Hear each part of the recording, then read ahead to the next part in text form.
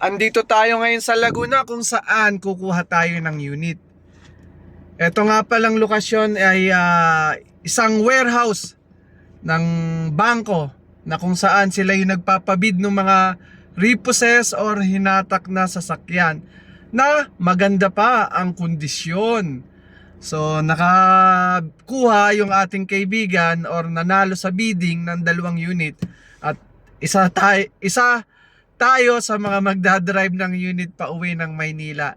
Located lang to sa may San Pedro, Laguna. Bali ay warehouse to ng Maybank. Pakapakita ko sa inyo, napakaganda yung unit. Nagpapaano lang kami.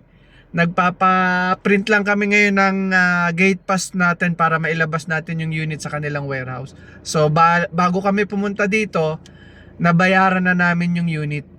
So gate pass na lang yung papakita namin dun sa warehouse.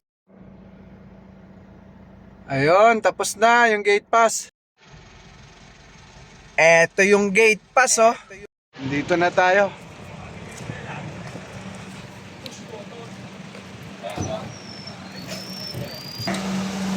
Butangan ito mga Sariwan sariwa. bebenta namin.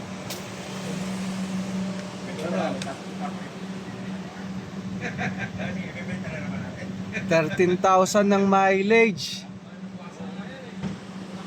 Tapos ka namin yun. Ito silang nagbebenta eh. Eto naman yung isa, kulay pula. Isa kulay. Oh, napakasariwa. 3,000 yung mileage.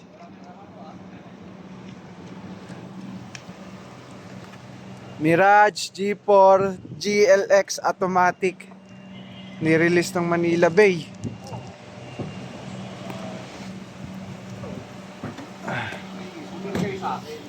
Eto, merong L300. Maraming Mirage. Daming unit. Meron ding Honda, oh. Honda. Ang dami Mirage, ah. Oops, meron na itong Toyota MG, oh, Toyota Avanza, Toyota Vios. Ito yung mga unit nilang available. Suzuki Swift Espresso pala to. Espresso, mga bago pa rin. Merong Navara,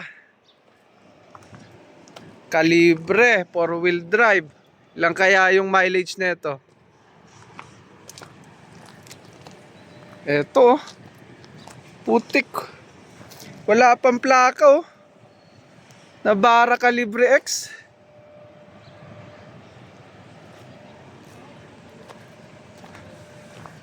Meron ding China brand, meron ding Montero. Changi, Montero. Meron din daming expander dun, no? Tata L3 Montero. Doon ako nanghihinayang sa isa. Tapos the rest, ito mga nandito, mga expander na. So dito dinadala yung mga nahahatak ng bangko, failure na magbayad ng kanilang monthly amortization, yung hindi na kayang hulugan. So ito yung warehouse nila. At alam nyo ba kung magkano namin nakuha yung per unit ng Mirage na year model 2024? 400,000 lang. Mga kagulong, 400,000 2024 model na low mileage. Sobrang ganda. Ito, Calibre. Wala pang plaka. Navara. Hindi natin makita yung kung ilan yung mileage. Pero super sulit, oh. May plaka pala sa likod. Ito yung plaka niya. Kala ko wala pang plaka. Vanity plate pa lang, meaning sariwang sariwa. Pero nevertheless, puro mga good running condition at saka napakaganda. Konting car wash at saka bapping lang to. Super sulit. Ay naka. Ikaw na mamimili kung alin ang gusto mo sa bidding. Para ano masasabi mo sa mga unit? Quality? Sariwan-sariwa nga. Ito sa kabilang gate, yung ibang mga unit na for redemption. Ito yung mga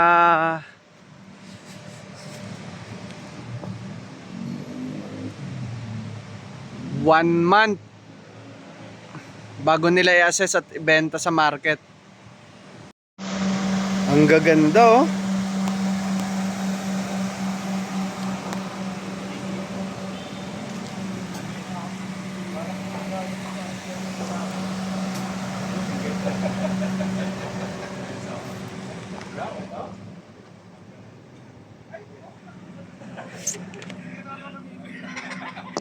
Quality.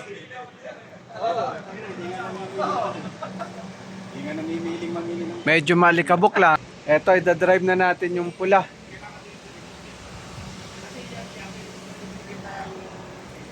Ito yung ating the-drive. Let's go.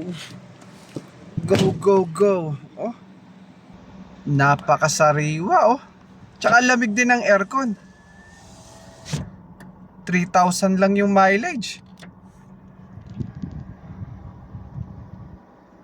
Eto nga lang, may mga pinagbalatan pa ng kasi ganun talaga pagka hinatak. Pero linis din ng upuan. Linis ng ceiling. Walang bahid ng mali siya. Eto yung mga documents ng sasakyan. Second row. Panalong panalo. Papagasan muna natin. Wala palang gas.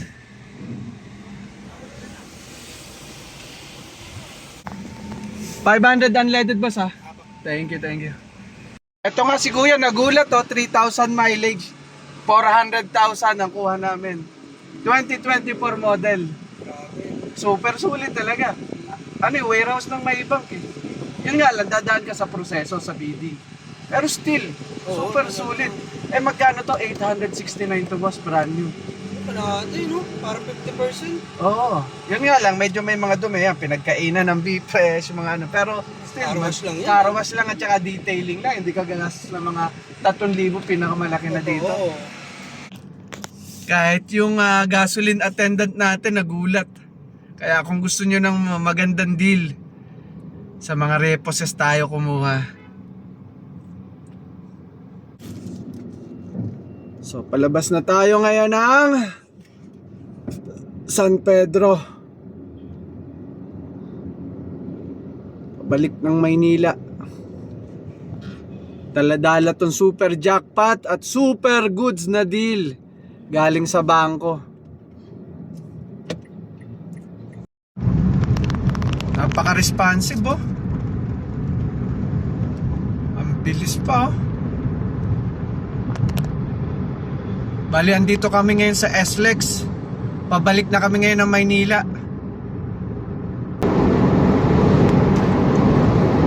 Suabe.